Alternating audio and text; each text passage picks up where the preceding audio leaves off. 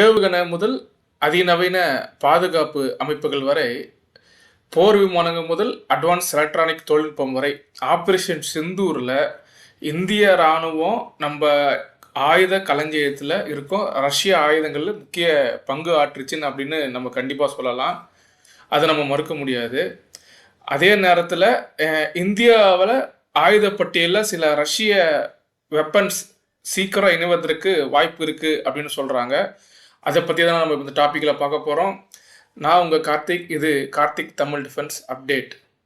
நம்ம ஒரு பக்கம் made in India, make in India, technology transfer அப்படின்னு ஆத்ம நிர்பார நோக்கி நம்ம முழுமையாக வேகமாக சென்று கொண்டிருக்கிறோம். அதில் எந்த டவுட்டும் இல்லை. ஆனால் வல்லுநர்கள் சில தகவல்களை சொல்கிறாங்க, இராணுவ பிரதிநிதிகளும் சில தகவல்களை சொல்கிறாங்க. என்னன்னா, ஒரு சில டெக்னாலஜி நம்ம பெறுவதற்கு சில டைம் ஆகும், அதுக்காக இன்டரிமாக ஒரு சில ஆயுதங்களை நம்ம வாங்கலாம் அப்படின்னு சொல்கிறாங்க.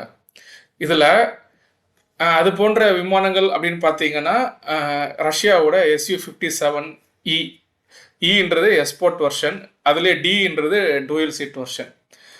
இந்தியா ஒரு பக்கம் என்னதான் நம்ம Su-57 புதுசாக போக மாட்டேன் அப்படின்னு சொன்னாலும், ஆனால் ஒரு லிமிட்டெட் பேட்ச் ஆஃப் Su-57 வாங்குறதுக்கு நிறைய வாய்ப்பு இருக்குது. காரணம், சமீபத்தில் ஆகஸ்ட் 15 இண்டிபெண்டன்ஸ் டே கொண்டாடினோம். அதுக்கப்புறம் ஒரு ஆய்வு நடத்தி, அதாவது 2045 இல்லை 50 அந்த காலங்களில் இந்தியாவோட டிஃபென்ஸ் ஸ்குவாட்ரான், ஏர்ஃபோர்ஸ் ஸ்குவாட்ரான் கிட்டத்தட்ட 67லேருந்து 70 ஸ்குவாட்ரான் தேவைப்படும் அப்படின்னு அந்த அளவுக்கு தேவைப்படும்னு சொல்கிறாங்க.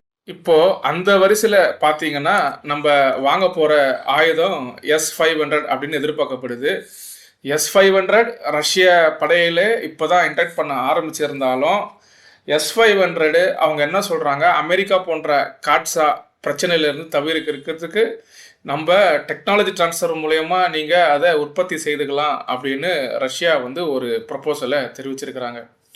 அது மட்டும் இல்லாமல் S-500 S-400 விட அதிக திறன் கொண்டது. சுமார் 600 கிலோமீட்டர் தொலைவில் உள்ள டார்கெட்டுகளை எங்கேஜ் செய்யக்கூடியது. அது ஃபைட்டர் ஏர்க்ராஃப்டாக இருக்கலாம், க்ரூயிஸ் மிசிலாக இருக்கலாம், பாலிஸ்டிக் மிசிலாக இருக்கலாம்.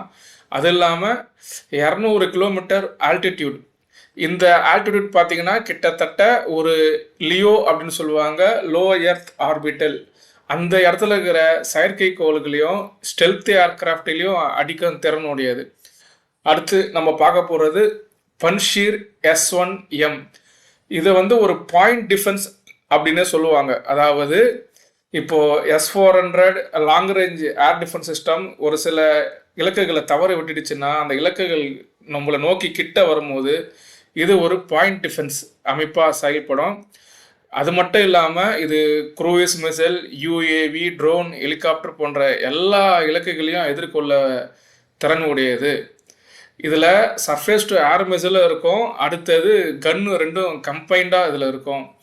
இப்போ நம்ம பன்ஷீர் S-1M வாங்கிறதுக்கு காரணம், S-400 அமைப்பை பாதுகாப்பதற்கும் மற்றும் பாயிண்ட் டிஃபென்ஸ் சிஸ்டத்திற்கும் கம்பைன் பண்ணி யூஸ் பண்ணுறதுக்காக இந்த பன்ஷீர் S-1M அமைப்பை வாங்கிறதுக்கு நம்ம இப்போ முனைப்பு காட்டியிருக்கோம்.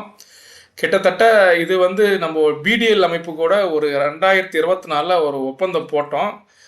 அந்த ஒப்பந்தத்தில் இங்கேயே இதை தயாரிக்கிறதுக்கான பேச்சுவார்த்தைகளும் அப்போ நடந்தது. மூன்றாவது நம்ம பார்க்க போகிறது S-400. இதை பற்றி தெரியாதவங்க யாரும் கிடையாது. ஆப்ரேஷன் சிந்தூரில் S-400 மிகவும் யூஸ்ஃபுல்லாக இருந்துச்சு அப்படின்னு இந்தியா தரப்பட்டில் நம்மளோட ஏர்ஃபோர்ஸ் சீஃப்லேருந்து எல்லாருமே தெரிவித்தாங்க. கிட்டத்தட்ட S-400 சிமுலேஷனில் 80% டார்கெட்டையும் லைவில் 57லேருந்து 60% டார்கெட்டையும் அடித்ததாக சொன்னாங்க. இதில் என்னன்னா, நம்ம இப்போ கூடுதல் S-400 வாங்குவதற்கான வாய்ப்புகள் நிறைய இருக்குது அப்படின்னு சொல்கிறாங்க. ஏற்கனவே 5 S-400 சிஸ்டம் வாங்கியிருக்கோம், மேலும் ஒரு 5 சிஸ்டம் வாங்குவதற்கு நிறைய வாய்ப்புகள் இருக்குது. ஆனால் காட்ஸான்னு ஒரு பிரச்சனை இருக்குது, நம்ம அதையும் பார்க்கணும். கிட்டத்தட்ட இந்தியாவோட பிளான் பார்த்திங்கன்னா 20 ஸ்குவாட்ரான் வாங்கணும். அதில் 10 ஸ்குவாட்ரான் ப்ராஜெக்ட் குஷா இருக்கணும், மீதி 10 ஸ்குவாட்ரான் S-400 இருக்கணும் அப்படின்னு எதிர்பார்க்கப்படுது. S-500 அது ஒரு ஹைப்பர்சானிக், அப்புறம் சேட்டிலைட்டு, ஸ்டெல்த் ஃபைட்டருக்காக பயன்படுத்துவாங்க அப்படின்னு எதிர்பார்க்கப்படுகிறது. அடுத்தது Su-57E இந்தியாவோட அடுத்த ஸ்டெல்த் ஃபைட்டர் அப்படின்னு சொல்கிறாங்க. ஆனால் இந்தியா போர் விமான சக்தியில் பல ஆண்டுகளாக சுக்கோய் MKI முக்கிய இடத்தை பிடிச்சிருக்கு. இந்நிலையில் ரஷ்யா தனது Su-57 தொடர்ந்து ப்ரப்போஸ் பண்ணிட்டு தான் இருக்காங்க. ஒவ்வொரு தடவையும் ஒவ்வொரு டெக்னாலஜி ட்ரான்ஸ்ஃபர் தரும் அப்படின்ட்டு ஒவ்வொரு ப்ரப்போசல் டிஃப்ரெண்ட்டாக கொடுத்துட்ருக்குறாங்க.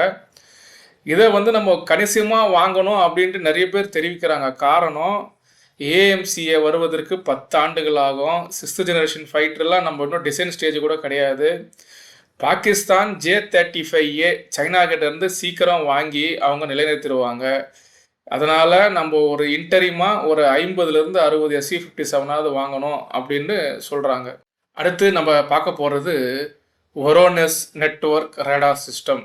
கிட்டத்தட்ட இது ஒரு early warning long range early warning radar system.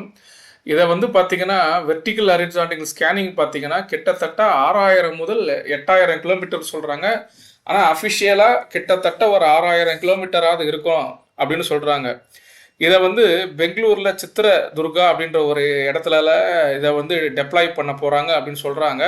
இதை பற்றி நம்மக்கிட்ட ஓப்பன் சோர்ஸில் சரியான தகவல்கள் இல்லை. இதை இன்ஸ்டால் பண்ணிட்டாங்களா, இன்னும் பண்ணலையா, இல்லை வாங்க போகிறாங்களான்னு நம்ம தெளிவாக இல்லை. ஆனால் ஒரோனஸ் DM அப்படின்றது ஒரு highly capable long range early warning radar.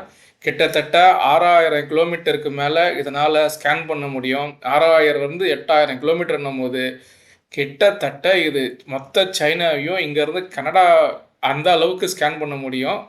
அதாவது கனடாவிலேருந்து நம்மளுக்கு நோக்கி ஏதாவது ஏவுகணைகள் வந்தால் இது ஈஸியாக டிடெக்ட் பண்ணும். சைனாவிலேருந்து எந்த ஏவுகணை வந்தால் டிடெக்ட் பண்ணும். இது பேலஸ்டிக் மிசைலு, ஸ்பேஸ் ஆப்ஜெக்ட்டு எல்லாமே இதனால் ஈஸியாக டிடெக்ட் பண்ண முடியும். இதுவும் நம்ம ரஷ்யா கிட்டேருந்து ஒரு செக்லிஸ்ட்டில் தான் வச்சுருக்கிறோம். இதில் இந்திய அரசாங்கம் Su-57Eக்கு ஆர்வம் இப்போதைக்கு காட்டல என்னனாலும் நான் சொன்ன மொத்த S-500, Panjshir S-1, additional S-400, இந்த ஒர்னஸ் ரேடார் இது எல்லாமே வாங்குவதற்கான வாய்ப்புகள் அதிகமாகவே இருக்குது. ஏன்னா இந்த டெக்னாலஜியில் நம்ம இன்னும் கொஞ்சம் வளர வேண்டியிருக்கு. இந்த ஒர்னஸ் லாங் ரேஞ்ச் ரேடார் நம்மக்கிட்ட கிடையாது. S-500 போன்ற வானமைப்பு நம்மக்கிட்ட கிடையாது. பன்ஷீர் ஏர் டிஃபென்ஸ் சிஸ்டம் நம்ம S-400 கூட வாங்கிறதுக்கு அது ரெண்டும் கம்பைன் பண்ணி ஒர்க் பண்ணும் போது அது நம்மளுக்கு நிறைய அட்வான்டேஜ் கொடுக்கும். அதனால் பன்ஷீர் S-1 சிஸ்டத்தை நம்ம வாங்குகிறோம். குர்சாக் 2 அப்படின்ற ஒரு எலக்ட்ரானிக் வார்ஃபேர் சிஸ்டத்தையே நம்ம பேச்சுவார்த்தை போயிட்டுருக்கு. இந்தியா ஆத்ம நிர்பார் அப்படின்ற கொள்கையில் நம்ம தெளிவாக இருந்தாலும் சில டெக்னாலஜி கிரிட்டிக்கல் டெக்னாலஜி நம்ம கண்டிப்பாக வாங்கி தான் ஆகணும். அதுக்கு நம்ம இதெல்லாமே இன்டர்வியூ சொல்யூஷனாக வாங்கணும். இத்துடன் இந்த வீடியோவை நம்ம முடிச்சுக்கிறோம். மேலும் உங்களுடைய கருத்துக்களை தெரிவிங்க. நம்ம எந்தெந்த வெப்பன் வாங்கலாம், Su-57 வாங்கணுமான்னு தெரிவிங்க. இது Karthik Tamil defence update. Subscribe பண்ணுங்கள். நன்றி, வணக்கம். ஷேர் பண்ணுங்கள்.